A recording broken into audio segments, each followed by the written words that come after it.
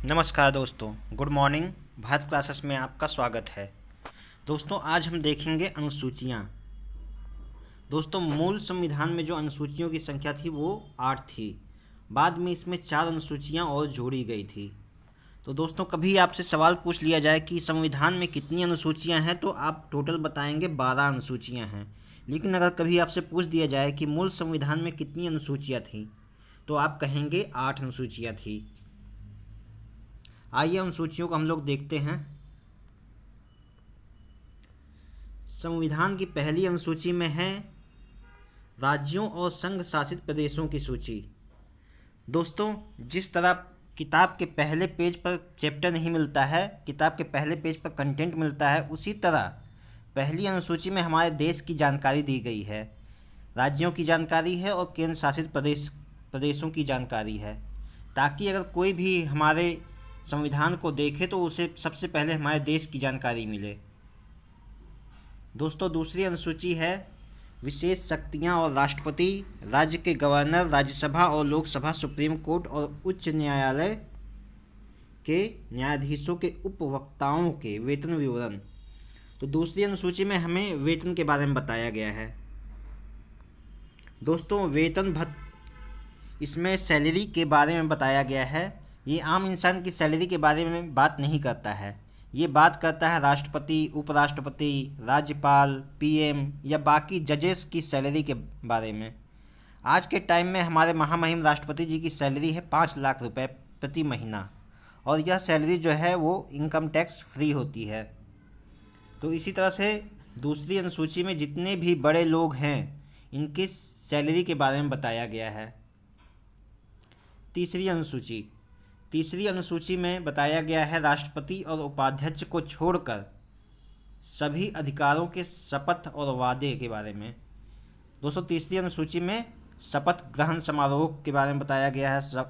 जो हमारे महामहिम हैं या गवर्नर हैं या पीएम हैं, ये जो ओथ लेते हैं उसके बारे में बताया गया है। कौन किसको शपथ दिलाएगा, ये सब कुछ इसमें मेंशन किया गया है। तीसरी अनुसूची में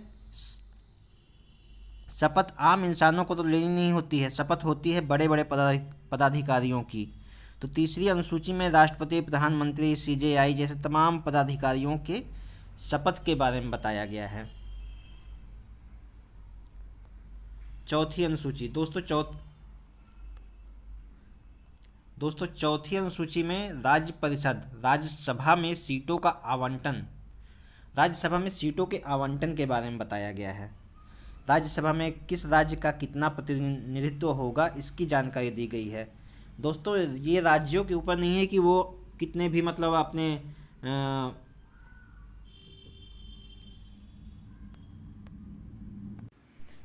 दोस्तों, किसी भी राज्य को ये अधिकार नहीं है कि वो कितने भी अपने एमपी एमएलए भेज सकें। चौथी अनुसूची के अनुसार राज्यसभा की जितनी सीटें जिन राज्यों को आवंटित की गई हैं वो उतना ही एमपी और एमएलए राज्यसभा में भेज सकते हैं। दोस्तों, पांचवी अनुसूची में जनजातियों के प्रशासन और नियंत्रण के बारे में बताया गया है। SC ST अनुसूचित जाति और अनुसूचित जनजाति जो होती है, इनके प्रशासन के बारे में बताया गया है। बहुत लोगों को अनुसूचित जाति और अनुसूचित जनजाति में अंतर नहीं पता होता है। तो आइए दोस्तों, हम बताते हैं कि अनुसूचित जाति जो है वो हमारे साथ, हमारे आसपास गांवों में ही रहते हैं। उनका रहन सहन, खान पीन, पहनावा, बोली, भाषा सब कुछ हमारे जैसा ही होता है। सब कुछ इनका आम लोगों जैसा ही होता है। सिर्फ इसलिए कि इनको पुराने टाइम में दबाया गया, इनके ऊपर ज़्यादा लोगों ने अत्याचार किया, इसलिए इनको थोड़ा ऊपर लाने के लिए रिजर्वेशन दिया गया है। ये SC होते हैं, और जो ST होते हैं वो लोग हैं जो जंगलों में रहा करते थे, जिनका खान पान, रहन सहन, सभ्यता, पहनावा, वेशभूषा, भाषा, संस्कृति सब चीज़ें आम इंसान से एकदम अलग थी। जब देश आज़ाद हुआ तो इनके विकास की बात की गई, तो पांचवी अनुसूची में SC ST की बात की गई थी। छठी अनुसूची। छठी अनुसूची में देखिए दोस्तों, जनजातीय क्षेत्र के प्रशासन के प्रावधान के बारे में बात किया गया है। इसमें एससी की बात नहीं की गई है, सिर्फ एसटी की बात की गई है और एसटी के प्रशासन की बात की गई है। 4 राज्य हैं, मेघालय, असम, मेघालय, त्रिपुरा, मिजोरम और अरुणाचल प्रदेश। इन राज्यों में एसटी के प्रशासन की बात की गई है। दोस्तों देखिए, इन राज्यों को याद करने के लिए आप लोग ऐसे इसको याद कर सकते हैं, AMTMA।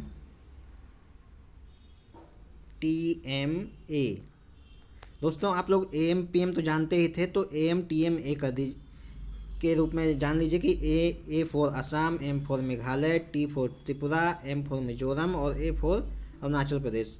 अगर इसको आप AMTMA के रूप में याद रखेंगे तो ये हमेशा आपको याद रहेगा। दोस्तों आइए एक बार छठी अनुसूची तक क्विक रिवीजन कर लेते हैं। पहली अनुसूची में है देश के बारे में बताया गया है। दूसरी अनुसूची में वेतन के बारे में बताया गया है। तीसरी अनुसूची में शपथ के बारे में बताया गया है। चौथी अनुसूची में राज्यसभा की सीटों के बारे में बताया गया है।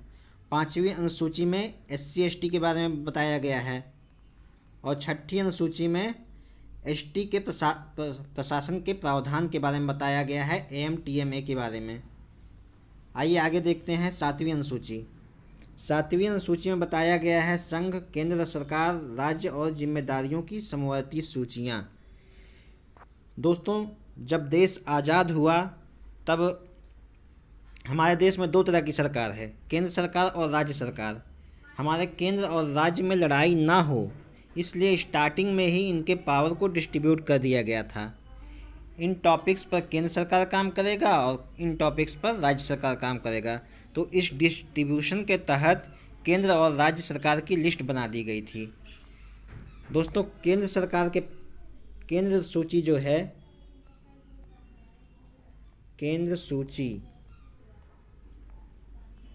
केंद्र सूची में स्टार्टिंग में 97 विषय दिए गए थे जो अभी बढ़कर 100 विषय हो गए हैं। केंद्र सूची में एक एग्जाम्पल लीजिए जनगणना का। जनगणना जो है ये केंद्र की सूची में है, इस पर केंद्र ही काम करता है। मुद्रा हो गया, नेशनल हाईवे हो गया, ये केंद्र की सूची में आता है। दूसरा है राज्य सूची।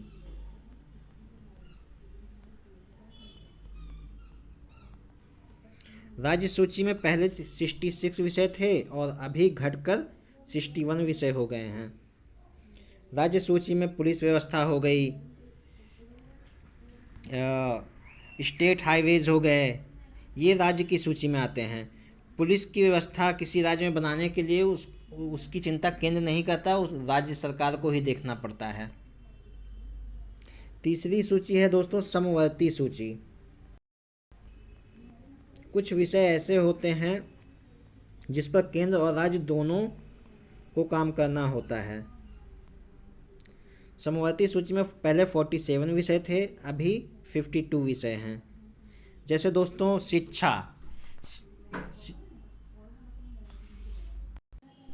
दोस्तों शिक्षा एक ऐसा विषय है जिसमें केंद्र भी काम करता है और राज्य भी काम करता है। जैसे देख लीजिए CBSE, ये केंद्र सरकार चलाती है, और जैसे हो गया झारखंड बोर्ड, जैक, ये राज्य सरकार की होती है। इसी तरह यूपी बोर्ड, बिहार बोर्ड, तो ये केंद्र और राज्य दोनों के विषय में आते हैं। दोस्तों 8वीं अनुसूची में भारत की आधिकारिक भाषाओं के बारे में बताया गया है। 1953 में भारत का पहला राज्य बना था। 1953 में ही एक आयोग का गठन किया गया था और इस आयोग की रिपोर्ट के बेसिस पर 1956 में देश में 14 राज्य बने थे। ये राज्य जो हैं भाषा के आधार पर बने थे। देश में मानक भाषाएं जो थी वो 14 थी। जब संविधान बना था तब मानक भाषाएं 14 थी, बाद में इसमें एक भाषा ऐड किया गया, फिर 3 भाषा ऐड किया गया, फिर 4 भाषा ऐड किया गया। तो अभी जो है टोटल 22 भाषाएं हैं। दोस्तों ये जो एक भाषा ऐड की गई थी ये 21वां संविधान संशोधन के तहत ऐड किया गया था, और उसके बाद ये जो 3 भाषाएं ऐड की गई थी ये 71वां संविधान संशोधन के तहत किया गया था। ये जो 4 भाषाएं बाद में ऐड की गई ये 92वां 92 संविधान संशोधन के अंतर्गत किया गया था। ये जो एक भाषा ऐड की गई थी ये भाषा थी सिंधी।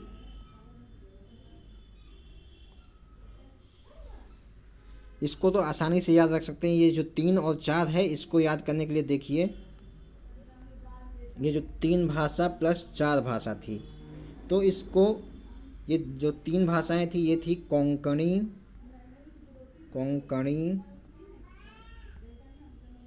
मणिपुरी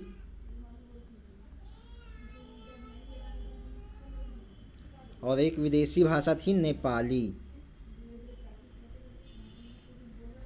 इसको देखिए दोस्तों कैसे याद कर सकते हैं, अणा से, कोंकणी मणिपुरी, अणा अणा, और एक विदेशी भाषा है नेपाली। दोस्तों ये एसएससी सीजीएल में एक क्वेश्चन आया था कि इन भारत की कौन सी आधिकारिक भाषा है जो विदेशी भाषा है, तो उसमें ऑप्शन में कई सारे ऑप्शन थे जिसमें एक नेपाली भाषा का भी ऑप्शन था।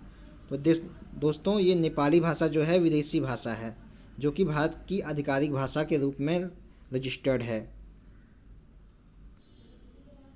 दोस्तों भोजपुरी है, हरियाणवी है, ये इनको अभी तक भाषाओं का आधार नहीं मिला हुआ है। दोस्तों देखते हैं ये 4 भाषाएं कौन सी थी। ये 4 भाषाएं जो थी ये थी संथाली, मैथिली,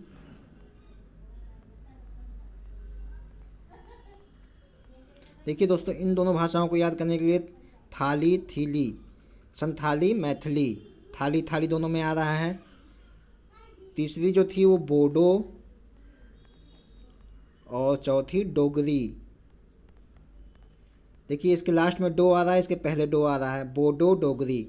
तो ये जो 4 भाषाएं थी संथाली, मैथिली, बोडो, डोगरी, और ये जो 3 थी वो कोंकणी, मणिपुरी, नेपाली। आइए दोस्तों देखते हैं 9वीं अनुसूची। 9वीं अनुसूची जो थी वो देश का पहला अमेंडमेंट था, 1951 में हुआ था। इसमें भूमि संबंधी सुधार किए गए थे। भूमि कार्यकाल, भूमि कर, रेलवे, उद्योग से संबंधित कार्य और आदेश शामिल थे। 1951 में प्रथम संशोधन द्वारा इसको जोड़ा गया था। तो ये देश का पहला संशोधन था संविधान में। 10वीं अनुसूची, संसद सदस्यों और राज्य विधान मंडलों के सदस्यों के लिए विरोधी दोष प्रावधान। दोस्तों इस नियम के तहत दल बदल संबंधी कानून लाया गया था 10वीं अनुसूची में, दल बदल कानून।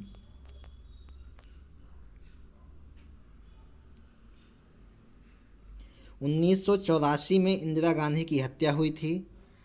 बहुत ज़्यादा राजनीति में उथल पुथल हो गई थी, जिसके कारण 1985 में 52वां संशोधन किया गया था और ये दल बदल संबंधी नियम लाया गया था। क्या होता था दोस्तों कि किसी सरकार से टिकट लिए, उससे जीत गए और फिर सरकार चेंज कर दिए, तो इसको रोकने के लिए ये 10वां अनुसूची को जोड़ा गया था। 11वां अनुसूची में देखिए पंचायती राज के प्रावधान। 1993 में 73वां संविधान संशोधन किया गया था और इसमें पंचायती राज का विषय लाया गया था। पंचायती राज में टोटल 29 विषय होते हैं, 29 विषय होते हैं, और इसमें इसकी सदस्यता लेने के लिए ग्राम पंचायत की 21 साल की आयु रखी गई है। दोस्तों ये सबसे कम आयु रखी गई है किसी भी राज्य व्यवस्था में सदस्यता लेने के लिए। 12वीं अनुसूची में देखिए दोस्तों नगर निगम का प्रावधान रखा गया है। नगर निगम एक बड़े लेवल पे होता है और नगर निगम को ही नगर पालिका कहते हैं। इसमें 18 विषय रखे गए हैं और इसकी मतलब नगर निगम की स्थापना जो है राज्यपाल के आदेश के द्वारा की जाती है। राज्यपाल के आदेश के द्वारा नगर निगम की व्यवस्था की जाती है। आइए दोस्तों एक क्विक रिवीजन मार लेते हैं।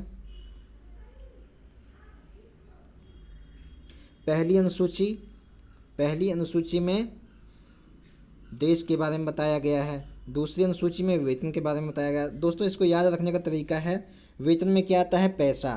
पैसा दो तरीके से कमाया जाता है, एक अच्छा काम करके, एक गलत काम करके। तो 2 नंबरी पैसा, पैसा जो है उसको 2 नंबर से याद रखिए, 2 नंबरी पैसा। जब भी 2 का जिक्र आया तो वेतन से आप उसको जोड़ दीजिए। 3, अनुसूची 3 में देखिए शपथ है, 3 अक्षरों का, तो 3 अक्षर अनुसूची 3 में शपथ। चौथी अनुसूची में देखिए राज्यसभा है, जहाँ 4 लोग जुटते हैं वहाँ सभा बन जाती है। तो ये कौन सी सभा? राज्यसभा। इसको इस तरह से याद कर लेंगे। 5वीं अनुसूची में देखिए दोस्तों, अनुसूचित क्षेत्रों और जनजातियों के प्रशासन और नियंत्रण, SC ST के बारे में बात किया गया है। SC ST के बारे में बात किया गया है दोस्तों। 5 को बहुत लोग S की तरह लिखते हैं, तो 5 से S याद कर लीजिए, SC ST। 6ठी अनुसूची में देखिए, इसमें ST के प्रशासन के प्रावधान के बारे में बताया गया है। इसमें कौन कौन से राज्य हैं इसको आप याद कर लीजिए, AMTMA, असम, मेघालय, त्रिपुरा, मिजोरम, अरुणाचल प्रदेश। इसको इस तरह से याद रख सकते हैं। 7वीं अनुसूची में समवर्ती सूची के बारे में बताया गया है। 8वीं अनुसूची में भाषाओं के बारे में बताया गया है, टोटल 22 भाषाएं। 9वीं अनुसूची में भूमि संबंधी सुधारों के बारे में बताया गया है। 10वीं अनुसूची में दल बदल कानून के बारे में बताया गया है। 11वीं अनुसूची में पंचायती राज के बारे में बताया गया है। और 12वीं अनुसूची में नगर निगम के बारे में बताया गया है। तो दोस्तों, अनुसूचियों को याद रखने का बहुत आसान तरीका मैंने आपको बता दिया है। इसको आप इस तरह से याद कर सकते हैं, और किताबों में इसको पढ़ लेंगे तो और अधिक जानकारी इसकी मिल जाएगी। दोस्तों, इस वीडियो में इतना ही। Thank you.